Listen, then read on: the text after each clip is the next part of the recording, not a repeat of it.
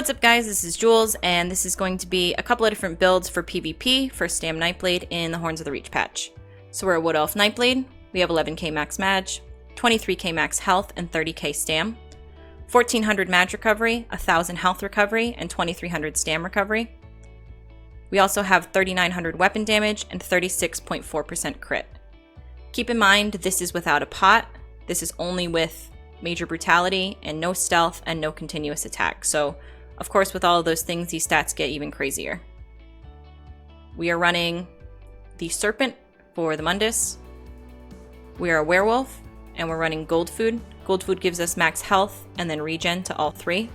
You could run Dubious with this as well. However, with Dubious, you'll just have a little bit more max STAM, probably about 32k, and about 900 Maj recovery.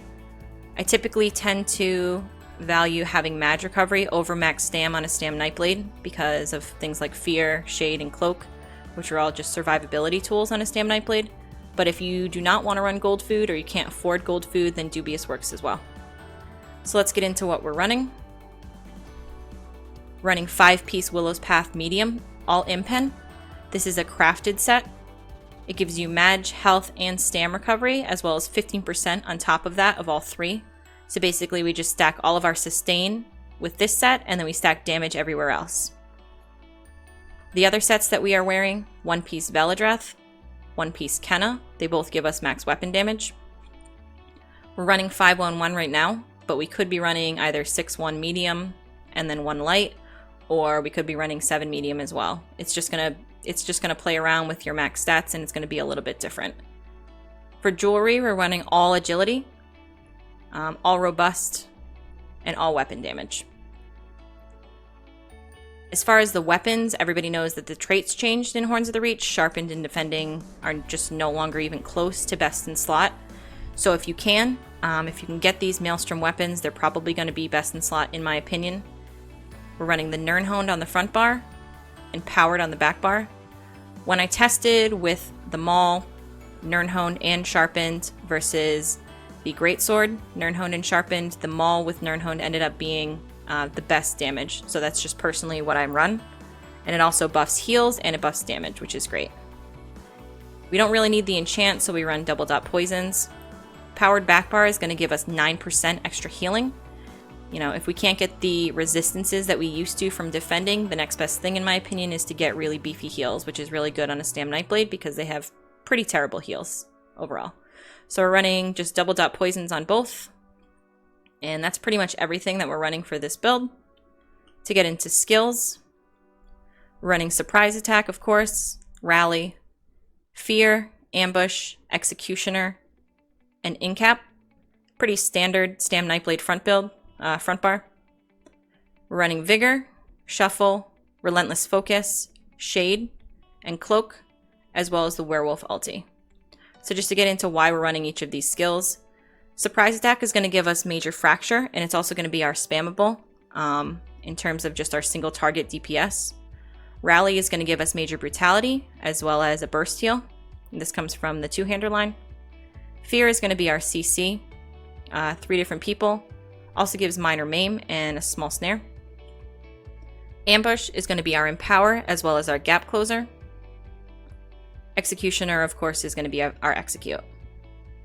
Incap is going to be our ultimate. Great damage. Make sure that you're close to your target when you use it, and just make sure that you don't miss it. But this is really great. Does disease damage. Also gives them Major Defile, and also gives us a small damage buff for 6 seconds. Back bar, this is going to be Resolving Vigor. This comes out of the Alliance tree. This is going to give us, you know, our hot. Shuffle is our snare removal and our major evasion. Relentless Focus is going to give us minor berserk, as well as a little bit of STAM recovery. Shadow Image is going to be able to give us our basically our get out of jail free card. You put up a shadow image, you engage on a target, say too many people get on you, you just press this and you get back out of your shadow using your shadow image. And then we're using Shadowy Disguise, which is one of the morphs of Cloak, which allows you to go invisible. I chose the Critical Strike one, but you can choose the other one if you prefer, which just gives you a little bit of damagement. Werewolf we are using just for the STAM region on the back bar. Pretty much no ultimate is going to be very useful here. Sometimes you can run Soul Tether, but I find that I don't really use Soul Tether that much, so I'd rather just have the extra regen on that bar. So to get into CP, and remember that you have to utilize jump points in the CP system now. So you don't want any of your trees to be too far above 0.00. Anything above 0.00 is all wasted points. So if I were to put this to 5.98, that 0.98, say it takes like 3 points or something like that to get to 0.98, all of those are wasted. So always try to get as close as you can to the actual number to try to get to 5 versus try to be like, basically, it doesn't round up. It always rounds down. So keep that in mind as you are allocating your CP if you decide to do them differently.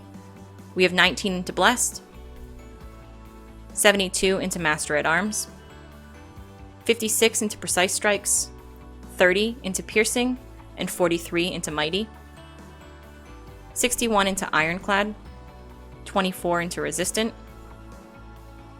64 into Hardy and Ellie Defender, 7 into Quick Recovery, 1 into Siphoner, I think this was just a leftover one from those jump points like I said, 37 into Warlord, 6 into Sprinter, 64 into both Arcanist and Mooncalf, giving us recovery and stam recovery, magic recovery and stam recovery, and then 48 into Tumbling because you dodge roll a lot on a Stam Knife Blade in order to evade damage. So that's basically the entire build. In terms of an alternative, if you feel like you're too squishy in this setup or you don't have enough regen.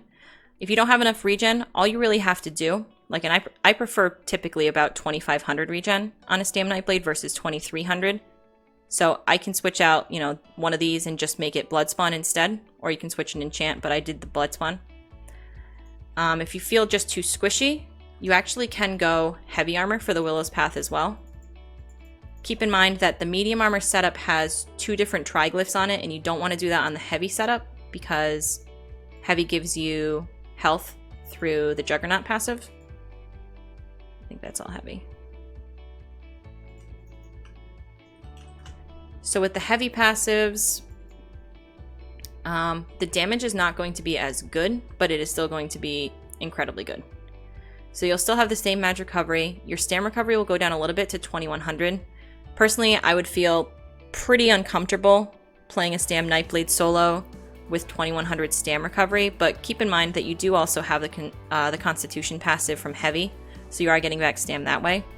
But you can switch, like I said, for one of those pieces for Blood Spawn. Your weapon damage does take a hit, switching out of medium and into heavy, but it's not too big of a deal because you have the Wrath passive. I've seen when being attacked, that weapon damage goes right back up to probably about 3,700 to 3,800, so it's not too big of a deal. You lose about 6% crit, but again, the stats are not as impressive on the heavy armor builds, but it does have a lot more survivability, and the sustain is still absolutely perfect. Like, you don't need to run siphoning. There's just no need for it with Willow's Path. You have a shit ton of damage still, and you still have plenty of sustain. Like, you might not be hitting 12k in caps like you would be on the medium armor build, but you're still going to be hitting like 8, 9, 7, in that range. You're still going to be hitting people extremely hard, and you're just basically sacrificing a little bit of damage for a lot of survivability. So I kept all of the same things with the heavy armor setup, still with the gold food, still with the serpent, the werewolf, nothing like that changed. You might want to change a little bit more, probably put some more into pen in the CP tree, but that's pretty much it. If you want to see the stats with some of these builds with continuous or with a pot, they actually are pretty insane, to be honest. Let's see. Alright, so just with a pot,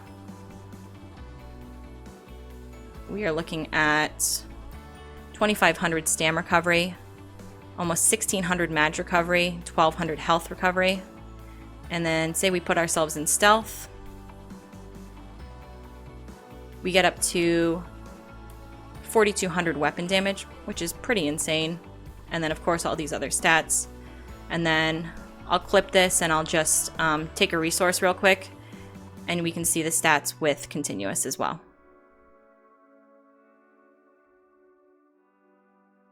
All right, guys, so these are the stats with just continuous.